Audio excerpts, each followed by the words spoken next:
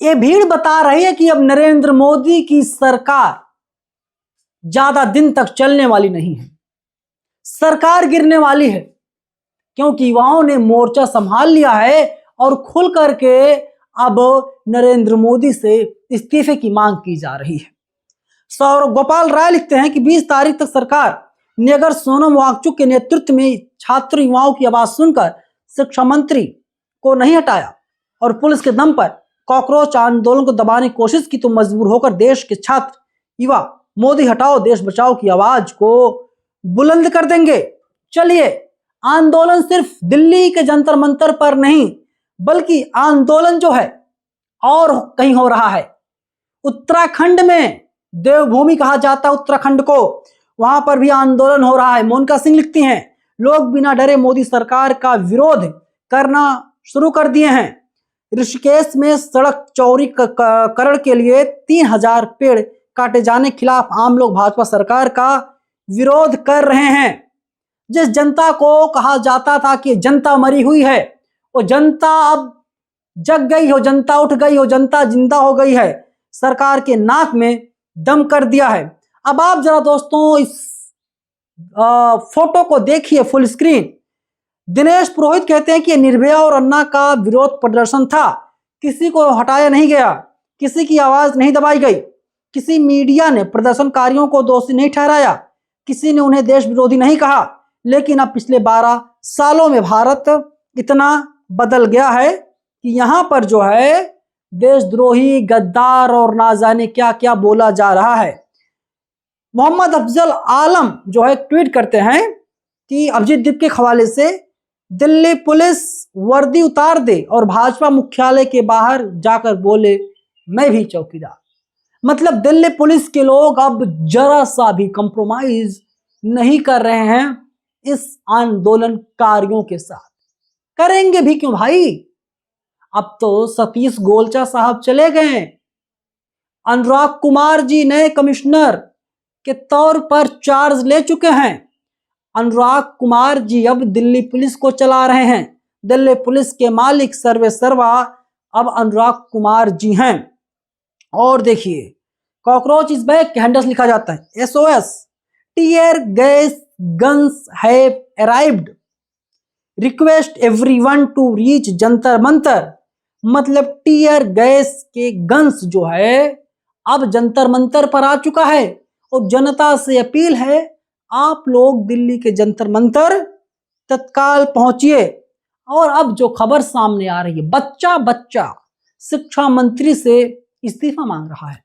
धर्मेंद्र प्रधान जी इस्तीफा दे दीजिए। आपने सुना है ना, कुर्सी है जनाजा तो नहीं, कुछ कर नहीं सकते तो उतर क्यों नहीं जाते। धर्मेंद्र प्रधान जी, आपका जन्म और आप शिक्षा मंत्री इसलिए नहीं बने कि आप किसी को सिर्फ बर्थडे विश करेंगे। आपकी जवाबदेही तय है, आपसे सवाल पूछा जाएगा, आपके खिलाफ आंदोलन हो रहा है, आपको तत्काल अपने पद से इस्तीफा दे देना चाहिए। लेकिन आप नहीं दे रहे हैं, कोई बात नहीं, देश की जनता जो है वो सब कुछ जानती है। रामधारी सिंह दिनकर कह करके चले गए, कुर्सी खाली करो कि जनता आती है, जनता से ऊपर कोई नहीं है। मोदी जी, अभिमन्यु सिंह कहते हैं पीएम मोदी ने छात्रों के खिलाफ फोर्स को तैनात कर दिया है, तस्वीरें सीधे जंतर मंतर से आ रही हैं, भारी संख्या में पुलिस बल की तैनाती कर दी गई। ये कौन से लोग हैं? आतंकवादी हैं। खैर, बोला जा सकता है कि आतंकवादी हैं, ये लोग गद्दार हैं, ये लोग जिहादी हैं, ये खालिस्तानी हैं, ये पाकिस्तानी हैं, एंटी नेशनल हैं, टुकड़े टुकड़े गैंग हैं और ना जाने क्या क्या बोला जा सकता है। किसान आंदोलन आपको याद है, मैंने बहुत अच्छे से कवर किया था। गाजीपुर बॉर्डर पर मैंने सुना, शंभू बॉर्डर पर मैंने सुना, ये जो गोदी मीडिया के कुछ एंकर और एंकराइन हैं, फंड मिल रहा है कहां से? खालिस्तान से। खालिस्तानी हैं, पाकिस्तानी हैं, देशद्रोही हैं, गद्दार, ना जाने क्या क्या है। एक चीज और समझिए कि गोदी मीडिया किस प्रकार से सरकार के लिए बैटिंग करती है। मुसलमान आंदोलन करे, पाकिस्तानी हैं, देशद्रोही है। दलित आंदोलन करे, नक्सली है, छात्र आंदोलन करे, टुकड़े टुकड़े गैंग के सदस्य हैं। मतलब इस प्रकार से नाम दिया जाता है, जिहादी बोला जाएगा, ना जाने क्या क्या बोला जाएगा।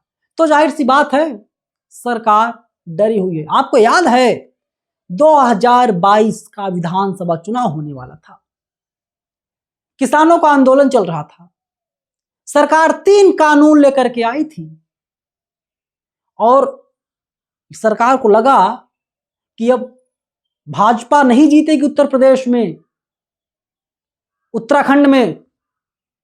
नरेंद्र मोदी आते हैं, रोने लगते हैं, आंसू बहाते हैं और कहते हैं लगता है मेरी तपस्या में कोई कमी रह गई थी, और मंच से ही ऐलान करते हैं 3 कानून को वापस लिया जा रहा है।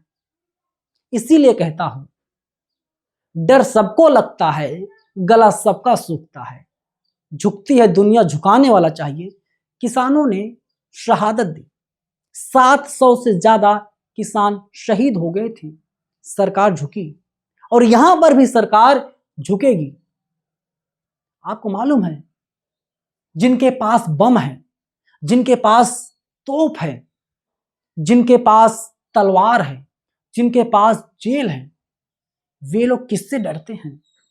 वे लोग निहत्थों से डरते हैं जिनके पास कुछ नहीं होता, क्योंकि उन्हें लगता है ये हमसे डरना बंद कर देंगे, और जब डरना बंद कर देंगे उनका तोप, उनका हथियार, उनकी जेल किसी काम की नहीं रहेगी।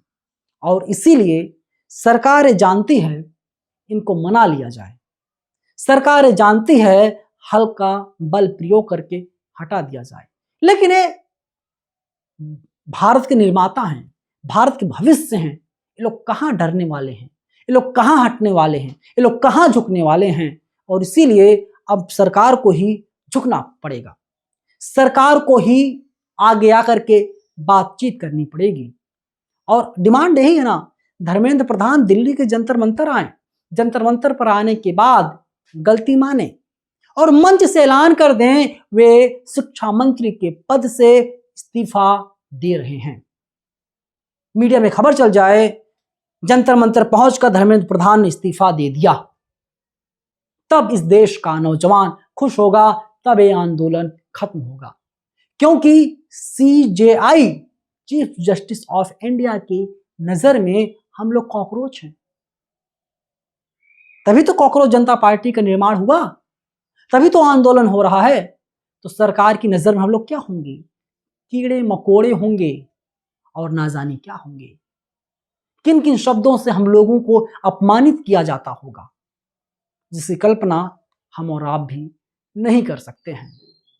खैर देखते हैं आगे आगे क्या होता है, लेकिन युवा तो अड़ चुका है। युवा कह रहा है हम झुकेंगे नहीं, और जब तक हम तोड़ेंगे नहीं तब तक हम छोड़ेंगे नहीं।